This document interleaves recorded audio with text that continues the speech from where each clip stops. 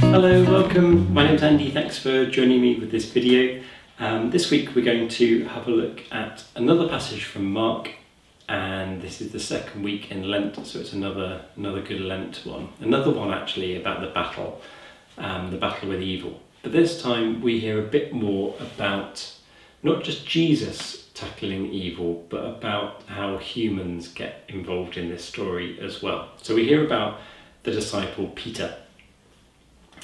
People think, there's a theory that Mark, who wrote this gospel, was a young boy at the time that all this happened, and that as time went by he was a part of the church that Peter was involved with, and in his last days Peter told Mark his stories. So in a way the Gospel of Mark is perhaps Peter's version of accounts. Peter couldn't read and write, we don't think, so Mark was the person who put it down in paper.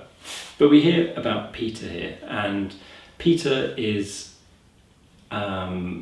we see him as most flawed in this passage. Well, not most flawed, but this is one of Peter's bad days, but it's a reminder that we all are like Peter. We've all got the capacity for great discipleship, but we've also got the ability to get things very wrong. Okay, so this is roughly in the middle of Mark's Gospel. This passage is often seen as a sort of real turning point, where the story suddenly changes focus. But we have Jesus starting. Oh, sorry, it's Mark 8:31 to 38. Okay, so it starts with Jesus teaching his disciples that he will have to be rejected and be killed, and after 3 days rise. And then we get this interesting bit. It says, Peter took Jesus aside and began to rebuke him, began to tell him off and correct him.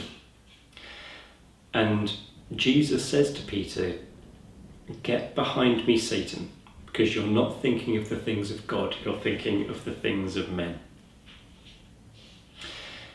Okay, that's in a more modern translation we wouldn't call it the things of men, but that was the original word that they used. The things of people, human stuff. Wasn't sexist. Okay, so perhaps what was going on here, Peter by this stage in the story, had been used to Jesus coming up against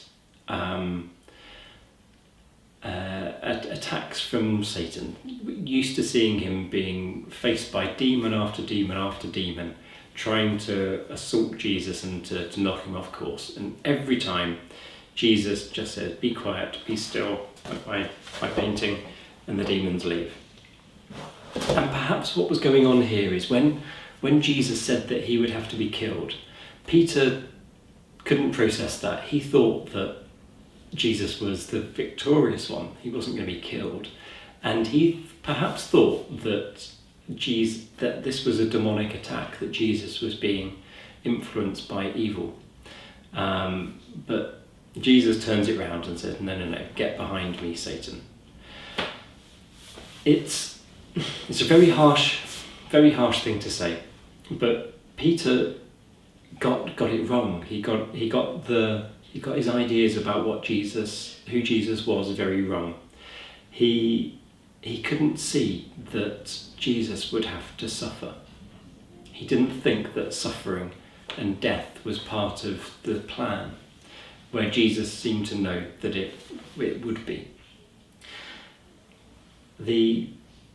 We talked last week in the passage about Jesus in the wilderness about temptation, and it seems here that the temptation to avoid suffering is the thing that caught Peter out. Peter thought that to suffer was wrong, and therefore if you were tempted with an easy way out of suffering, that's what seemed to trap Peter.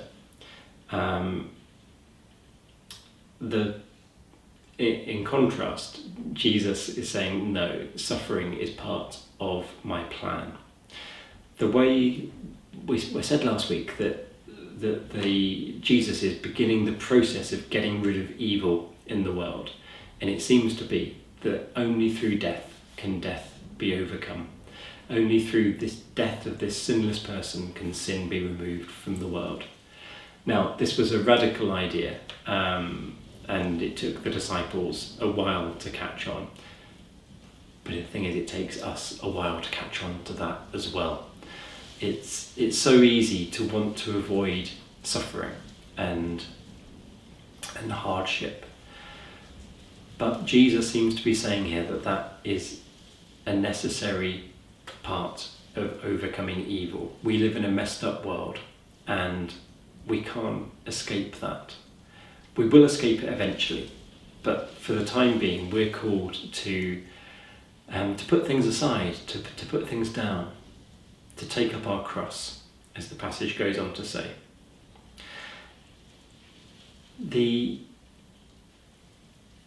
There's a bit of a link back to a story we haven't come to yet, but in Mark chapter 4, there's a well-known parable, which you may well know, but if you haven't, perhaps go and have a look. It's the parable of the sower. And it talks about a sower sowing seeds, some of which falls on good ground and which therefore gives rise to nice plants, but some of it falls on places where it can't grow. And this is meant to show that the teaching of Jesus sometimes gets swept aside. And there are 3 obstacles mentioned in Mark chapter 4. So there are 3 things that get in the way of this seed falling on the good soil. And one of those is Satan. It says, now the thing is, this is often slightly mistranslated, so I want to try and get it right. It says that some of the seed fell by the side of the road. Now, some of our modern translations just say it fell on the road, but that's getting it almost completely wrong, I think. The thing is, back then, when Mark was writing this down, Christianity wasn't a word. They didn't know. They didn't have the term then. They didn't refer to their faith as Christianity. What they referred to it instead is the way. When Jesus says, "I am the way," he talks about disciples following him on the way. The way was the name for this path, this radical Jesus-centered existence. So, and that was the word that was used in that passage. So it said that the seed fell by the side of the way, and Satan somehow is involved in getting the seed by the side of the way, not on the way, by the way. And I think that's what's going on here. Peter had an idea of how things should turn out, which wasn't the way of Christ. He thought that it would be that suffering and death wasn't part of the plan. That wasn't the way. But the way did involve Jesus dying, rising from the dead, of course, but it did involve this horrific death first. So Peter somehow was tempted by Satan to take an easy way out, to live by the way, not on the way. Now, that's very tricky for us today too, because the things that we're called to do in life might require us to let go of stuff, might be challenging, might be difficult. Well, it will be. We're in a process of becoming whiter than white, like the transfiguration. We're in the process of getting rid of stuff which we've built up in our lives, which we don't need, and we can't take with us when we get to the end of the way. So we're constantly bombarded with things that try to knock us off the way and by the way, to the side of the way. I can't get my words straight today. Do you get what I'm saying? So rather than being on the road, we're at the side of the road, we're off the road. And that's one of the strategies that the enemy uses, is to try and knock us off the way, knock us away from true Christianity to a kind of false Christianity. And that's something we need to be very much on guard against. How do we know? How do we know we're on the way? Well, that's the question, isn't it? It's very tricky. It's very easy to to replace true Christianity with a kind of almost Christianity, which gets you nowhere. very difficult. Okay, we'll continue to unpack this as the weeks go by, as we get nearer to Lent. I want to finish with one thing, the painting for this week.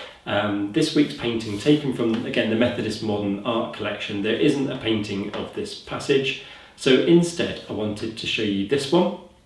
It's by Ghislaine Howard, I think that's how you pronounce her name, and it shows Jesus washing Peter's feet just before the Last Supper.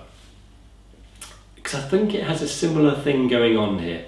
Peter was very resistant about letting Jesus wash his feet. He thought that, Jesus shouldn't be doing that sort of thing. That wasn't really what the Messiah should be up to, washing people's dirty feet.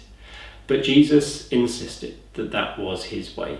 So again, we have another example of Peter not quite getting what it means to be a follower of Christ, but Jesus pushing through and gently, in this case, bringing him round back on the way. So may you know what it means to follow Christ on the way and have the courage to stay on the road. Okay, thank you. Bye-bye.